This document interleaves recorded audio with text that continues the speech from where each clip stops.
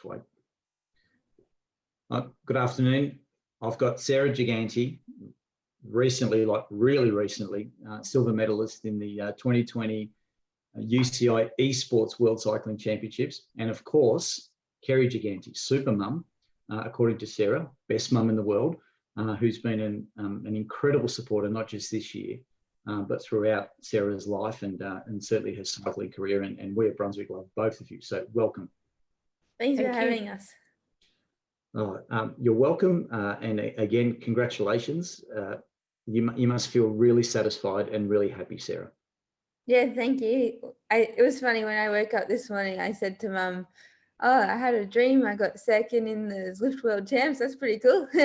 So yeah, I'm really happy with second. I didn't think the course suited me so much. So I thought that it was quite easy for me leading into that sprint. So I'd much rather like a full gas race the whole time, but it was more of like a relatively chill tempo with like super hard punches up the 4 climbs. So I was a bit nervous coming into that last climb, like knowing that it was just going to be 1.5 minutes flat out, which I wouldn't say is like my number one strength. So I was just so stoked when Ashley Moolman-Pazio attacked at the bottom, and then I was able to bridge across, and there was a gap behind me. And at one point I did think, oh my gosh, maybe I could win, because I had the best lead out ever, but I just couldn't come faster at the end. So I think I lost by 0.064 seconds apparently, but yeah, I'm really happy with silver, and it's cool to be a medalist at the first ever Zwift Worlds. Oh, it's history, and you know, you're a level 50 Zwifter, right? I mean, how many people are level 50 Zwifters in the world who have got a silver medal? You know, like I'm sure there's a lot of people who ride Zwift, you know, almost every day, all day, particularly in countries where there's lockdown. But I'm not sure how many level 50s there are that are silver medalists in World Championships. You might be the first. Well, there's only me and the guy that is silver medalist at all. So we'll have to go see the guy that got second and see what level he is.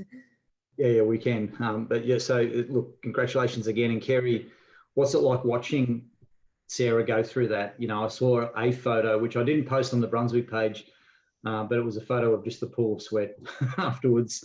You know, what's it like watching your daughter, who you know so well and who has encountered so many challenging times, injuries, etc., but to see her suffer and go through that? Do you wish you could do something, or is it just you're just there as the power-up person, as Sarah said? What's your role and how does it feel? I think the biggest thing is I don't want any power dropouts, because if there's a power dropout, the race is over, and that's pretty stressful. So I upgraded the internet. They said, do you want to go up one level? I said, no, I'm going to the top level. Good move. So, yeah. Mum was very pressing the power-ups at the right time. She's standing there like super ready. We had a practice. It's a fine art. Yeah. So do you wait? What's the trick here? Do you wait for a signal, or do you kind of know this is going to be it? I tell Mum roughly what kilometre mark I'll be needing it, because I'd done a lot of recons in the course and I knew like which part of the climb I'd want to use the feather probably. So I said, oh, like for the last climb, I was like, oh, probably around 49.5. So Mum's standing next to the iPad, she can see the distance marker. But then I kind of just like grunt or say, I'm like, I say soon, and then I start like sprinting, and then if I can't say go because I'm on the limit, I'm just like, and Mum knows. She reads my mind. Any noise means it's a power up. Yeah, that's a good one. Fair enough. And just preparing for this, Sarah, with the team, you know, there were 2 teammates in there with you as well. And do you have any team discussion beforehand? Are you plugged into team, or are the rules completely different for a World Championship event and you're completely on your own? How did that work? No, not at all. So we had a great team environment. So we did about 3 practice sessions together. A few of us did a Zwift race on the course, like the same Zwift race. So we were able to race that together. During the race, we had Discord so we could talk to each other. We had Donna on the Discord as well, like our DS, telling us what to do, like who's in the breakaway, what the time gap was to the next group. And we did have like a super, like it was an awesome strategy, really, like group attacks and then counter moves, and like this person attacks the other. But unfortunately, we lost half our team quite early on, so we had to kind of change tactics on the fly, and we weren't able to execute our original plan. But it turned out really well in the end, anyway. So we had Justine and I there. We wanted the hill to be hard from the bottom because we're more climbers, and then we also had Bree Vine there ready to sprint if it did come back together. So even though we only had a few people left at the end, we were still able to have a really strong team. Yeah, that's great. And you have this opportunity as well to work with an Australian team in this environment, which would have been a different environment for you on all the other Zwift races you've had. Is this the first time that you had that opportunity, or you've had other Australian events or Australian team events? No, so this was my first ever time representing Australia at the elite level. So I went to Junior Worlds a couple of years ago, but yeah, first time pulling on the green and gold in an elite team, which was pretty cool. I had done a lot of racing this year with my team Tipco Silicon Valley Bank, my professional road team. So that was really handy. Not only because I got used to trying to work together on Zwift, which is quite difficult compared to on the road. It can be hard to work together. But also I got to know my teammates really well, my Tipco teammates. So Lauren Stevens and Kristen Faulkner were also racing, but they were my rivals last night. And Lauren was one of the heavy favourites. So it was nice to have a bit of insight into what Team USA might do. Yeah, that's true. And you get the best of both worlds, but also it's friendly rivalry, isn't it? I mean, you're teammates, but when you put on the national colours, it's all about your country, and it would have made you enormously proud to do that for the first time. You've done it at junior level, but at elite. And I've got to say, I think no one thinks it'll be the last time either, right? It's the first of many times, absolutely. And I think you have well and truly earned the title of being one of Australia's elite riders after the performances you've put in this year. I just want to talk a little bit about last week, the NRS race, the national tour, and how you came out of 266 days, I think, of lockdown, win the ITT, go on and win a stage by 7 minutes. You can't do the TTT, so you just go off and do something on your own and smash a QOM and then win the whole thing. Firstly, as a supporter, Mum, watching Sarah go through that, what was it like just watching that unfold? Because did you think before that there's all these teams, they may not conspire in a bad way, but it's going to be very difficult for Sarah. Did you go in there with a mindset that this was just going to be good training? And if that was the case, when did you actually think, no, she's probably going to go all the way here? I'm never allowed to say you're going to go all the way. It's too high an expectation. So we went there to have fun. So that was the only expectation, was let's have fun. And Sarah was in a COVID bubble and I wasn't. So we weren't going to see a lot of each other, but I managed to see a lot of her on the side of the road, and it went really well and had a good time. We both had a good time. Yeah. And that famous photo of you riding out to the race that Sarah posted, I think it's timeless. That will be one that will be used over and over again. Sarah, over to you. Just that whole week and a bit, it would have been enormously satisfying to do what you did. But what I love about you, and everyone does, is every interview you're in, you're smiling, and you use the word that Mum just used, and that's fun. And of course, at Brunswick, we love that word, right? But it's really important that everyone understands that you keep that as part of your repertoire. How do you do that? How do you go through all this pain, get race ready, yet the mentality that one of your priorities is to have fun? Does that get harder and harder now as you get more and more serious into this sport, or is it something that is just part of you? I think it's kind of ingrained in me. I think from right when I started racing or even riding a bike, but when I joined Brunswick, I'm so glad I joined Brunswick. Mum definitely chose the right club back when I was 8 years old. From the start, the emphasis has just been on having fun the whole way along. And I started getting coached by Dylan Lindsay last year. So that's when I started on like a strict training program. However, even then, he's been great. I'm like, okay, Dylan, one of my like #1 goals is to have fun. So I still get to do like heaps of bunchies, heaps of racing. Lockdown, I mean, I won't lie and say that was all fun. I certainly did struggle sometimes with like the endless ergos. Like it was just a long time about bunchies and racing, but thankfully we have Zwift, so it was nice to see some Brunswick members on the chop every Thursday. But yeah, I just love going hard, like that feeling of satisfaction after you finish, even like a brutal session. Like maybe during the effort it hurts, but that feeling like right when you finish it, if you ace it, it just feels so good. And yeah, that's kind of fun too. I love how genuine you are. Like I know you're serious about it. Most of us would come off and go, yeah, look, it was a bit fun until that point. And then afterwards we go, well, I'm actually not feeling great, so I can't say it's fun. But when you say it's fun, we believe you. And then what you do is you then go and recover by, doing Mount Pleasant 5 times or something like that. It's remarkable. You're since lockdown ended, you've been back into tour of birds and other rides. Has that been great just to get back involved in just riding in bunches and, even stopping for coffees if you do, I'm not sure, but, just that riding in bunches and all that sort of thing, that must be something you've been just hanging out to do.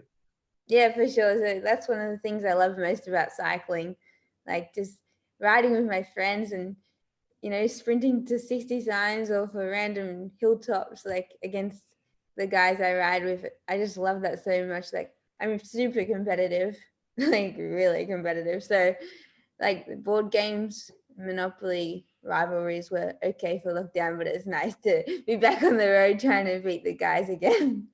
Well, we know you're competitive. We kind of gathered that one. We worked that one out at a pretty early age, and I think everybody else knows that you're competitive too.